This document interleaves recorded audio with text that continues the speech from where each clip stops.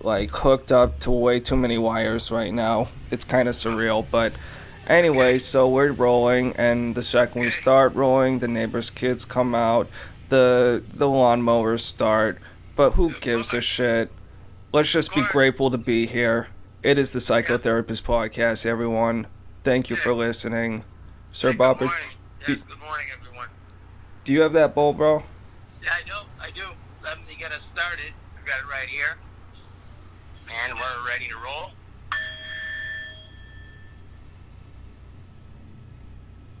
Ah, You hear that fading sound from the Tibetan prayer bowl. It's time for Malcolm and Dr. Bob to chime in. So let's chime. word, bro. So, for our audience, off mic a minute ago, we just pretty much had two agenda items for today: mental health checkup and global affairs, given especially what's been going on in Afghanistan lately. But I'll let Sir Bobbert spearhead number one. What do you want to check up on, sir? I want to check up on you. Basically, I get in bits and pieces a sense that you are doing okay in general. Overall global assessment of global functioning is pretty good. But give me a number, 0 to 10, somewhere in there.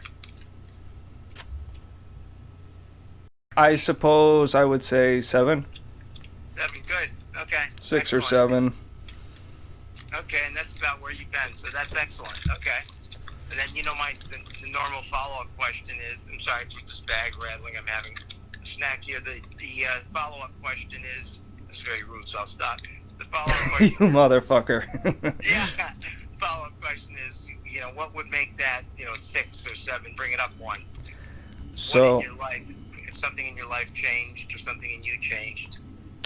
I think the key thing that would make a huge world of difference right now, and I hate to say it because I feel like I start off all these sessions complaining about this. Buchenwald, I realized this morning, is her own mythological creature. Okay. She is basically a werewolf, but Okay. instead of turning into a werewolf, she turns into a 3-year-old fucking screaming toddler. Okay. All right.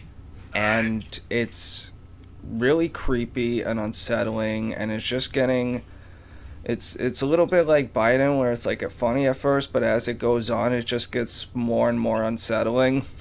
Okay. And to just sort of illustrate what I mean, and this is not something that is just my opinion. I think my mother is very well aware of it, Okay. because I'll just give you a couple examples. This morning, we woke up. My parents and I were going to get some suits and clothes and such for a wedding we're going to in a couple weeks, my cousin's wedding. Mm-hmm. And I just hear on my way out my mom saying some things to Buchenwald, just saying, like, hey, can you do this or that while we're gone? And just, I'm not exaggerating, Bob. It's literally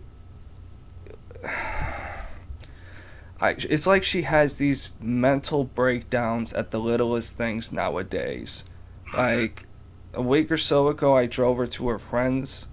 Like she was meeting some friends in North Quincy somewhere at like a bar or whatever.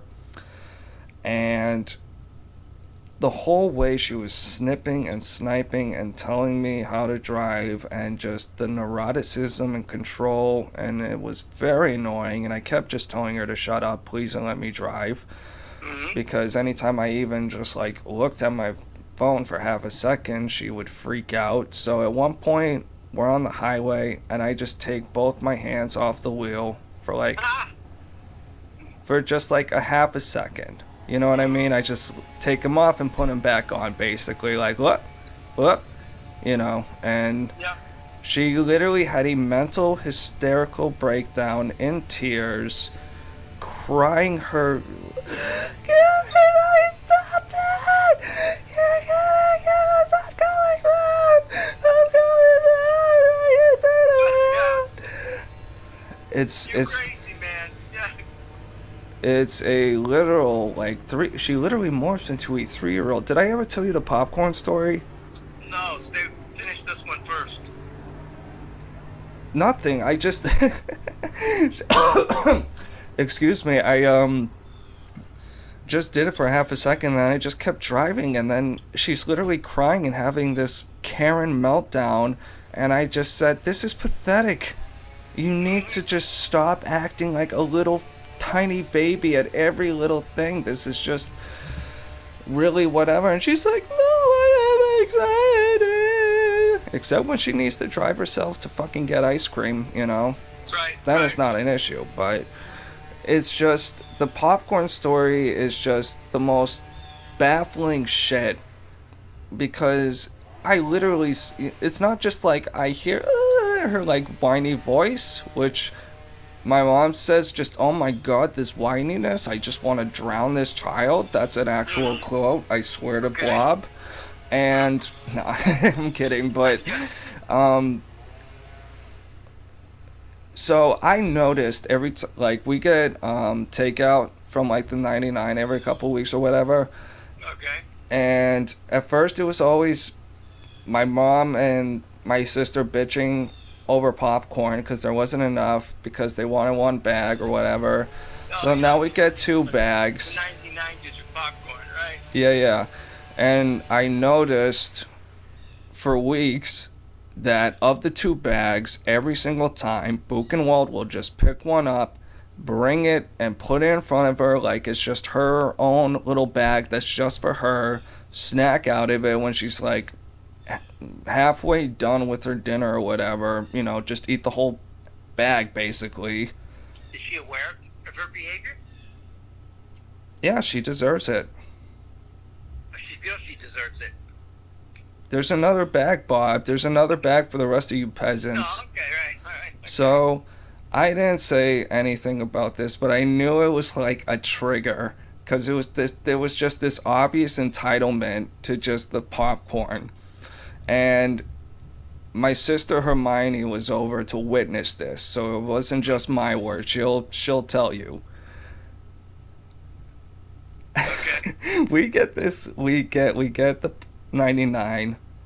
My sister does. Buchenwald does what she always does. She just grabs a bag of popcorn, just plops it in her little corner away from everyone else, and is just munching it.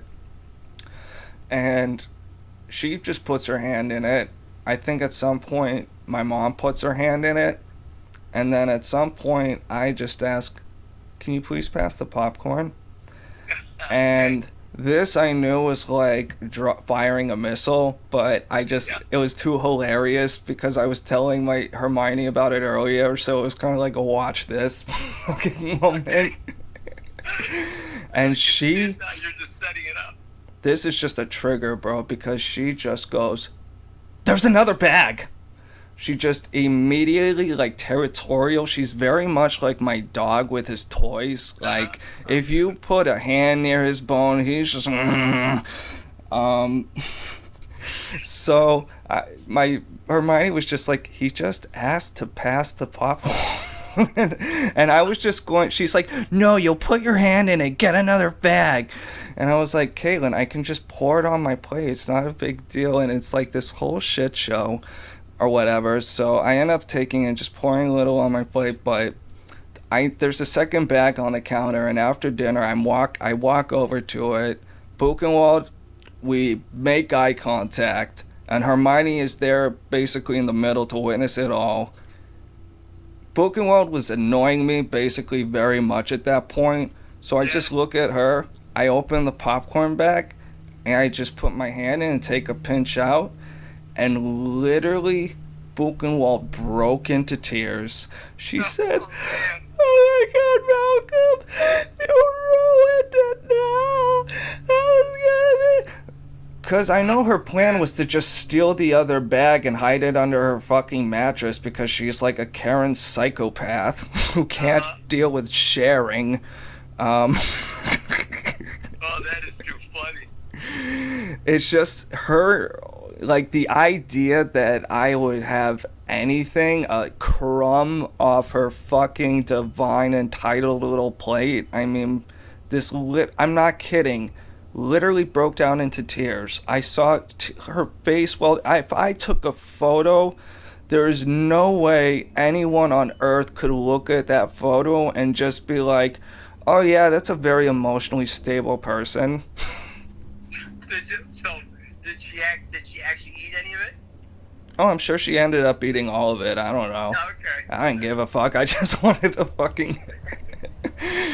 Like, I don't give a I don't need fucking popcorn. It's just like, for me, the principle is kind of rude. Because maybe other people would like it. I don't know. Well, I was trying to figure out in my mind, is the reaction one of, sort of entitlement, or is it more of an OCD? Get your effing hand out of that bag of popcorn. You're going to contaminate it. Oh, but I said to her, put your hand in yours, and then Mom put her hand in it, and you didn't have a problem. So why is it only a problem when I... Because you disgust me, Malcolm! Oh, okay. Like, yeah, so I'm literally just like a filthy... Like, she had the same exact meltdown the other night, because from my cousin's wedding, she's going to be seated at the table with my uncle who smokes, and she had identical... Just another 0 to 11, just literally, like I said, a werewolf that turns into a 3-year-old crybaby. It's unreal, bro. It's fucking unreal. I wish I was exaggerating because I'm honestly like ashamed, partly ashamed of it and partly just saddened by it. And, but... It's incredible. Did they allow smoking at the wedding at the table? No, and this is like what we were telling her, but she was still crying the fact that they wouldn't take my needs into consideration and they just ignored it, and they knew, and just, oh my god, just the sob fest. Is this without sort of being careful without...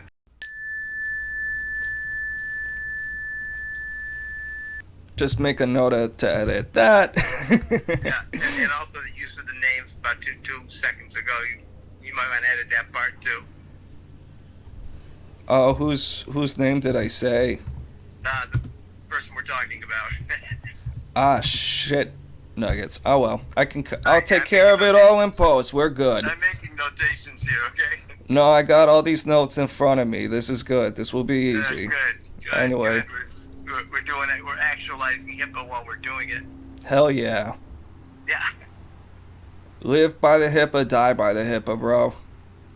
Listen, you don't need my fucking vaccine card. That's right. Don't need no stinking vaccine cards. Oh god. Oh, this is a diversion, but did you see South Park last night? No, I haven't watched South Park for a minute, though I still enjoy it very much. Oh, I only got the first part because I went to bed, but I was pissing my pants laughing. It was the vaccination special. You've got to see it. I won't even tell you about it. It was all right. The most hilarious 10 minutes of any show I've seen in a long time. All right, I'll check it. I watched. It was just incredible. South Park Vaxep. Yeah, vaccination special. Hell yeah, bro. Yeah, I actually recently did watch a clip where they did the trans one, where like just basically like some meathead muscle guy's like, I'm a woman and I'm here to dominate. Like, right. Yeah, thematically they sort of did it that way too, you know. And just the guy looks like he walked out of Gold's Gym, you know. I've got an immunocompromise in my body, so you better put me in the front of the line. oh my fucking god. You know, that kind of stuff. It was great. It really is. Like, I think there really should be a psychological study on how just pandemics in general make everyone selfish as fuck. Oh, I'm looking. I'm reading everything. There's so much out there to read. It's incredible. I just can't get enough of it.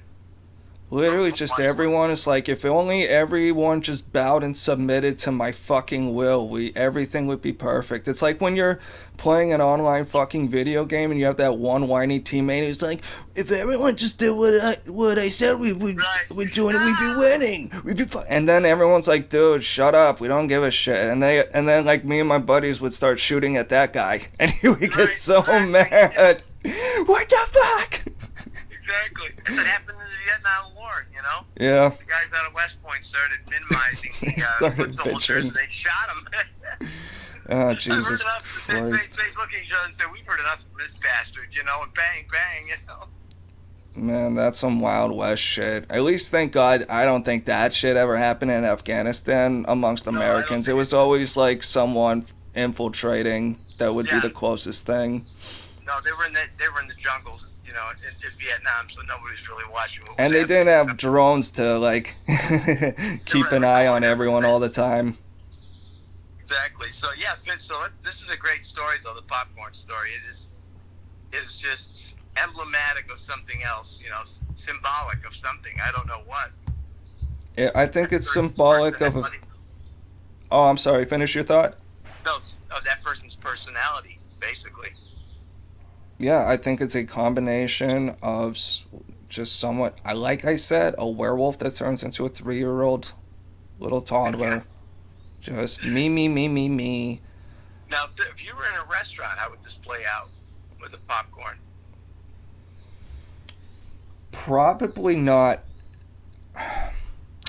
I think she would almost cry, probably. I mean, the thing is, like, we haven't. It's been a pandemic, so it's not like we've all gone out to, sit at a restaurant a whole lot lately.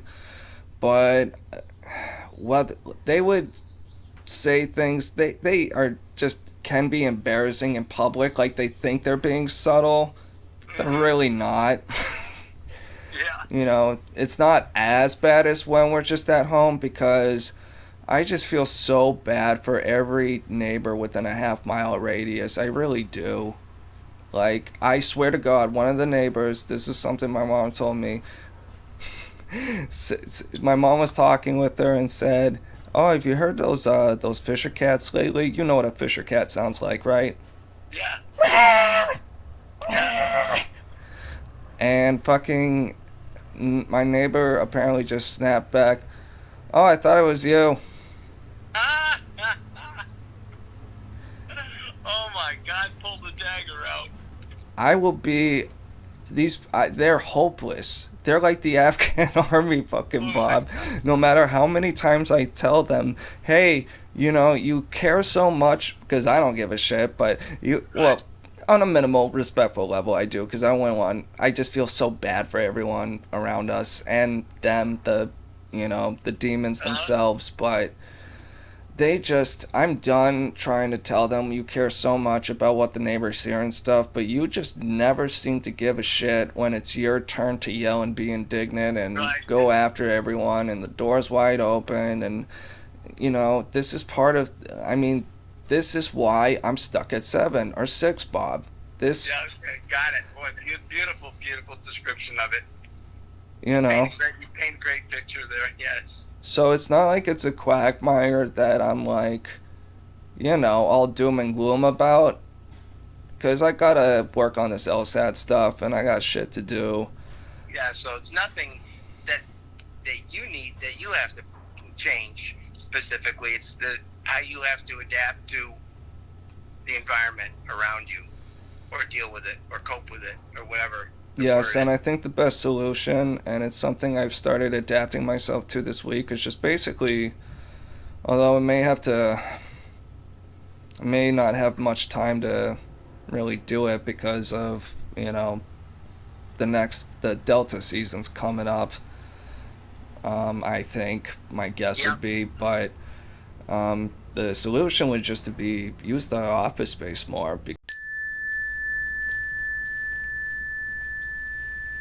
Yeah, well, did you see the news this week? There was a study, not conclusive or evidence-based, about people who were doing 2 jobs at the same time. People who are working from home and conducting 2 jobs, basically carrying out 2 jobs, pulling in 2 salaries. Was one of them like webcamming, girling while you were, and like twerking while you're just doing your regular office job? No, I think somehow they were doing it, they must have had it down. One of the jobs, had it down to a science as to how they could do the minimal amount of work and make it look like they were really maxing out. But they were carrying out 2 jobs and, pulling 2 salaries. Yeah, unfortunately, It's estimated that, thousands of people are doing it. I believe it for sure, because just,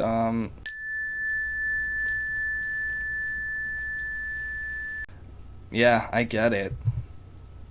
But anyway, do you want to just hard segue to another checkup item so I can just reset the recordings? Yeah, sure. All right, give me a sec. Okay.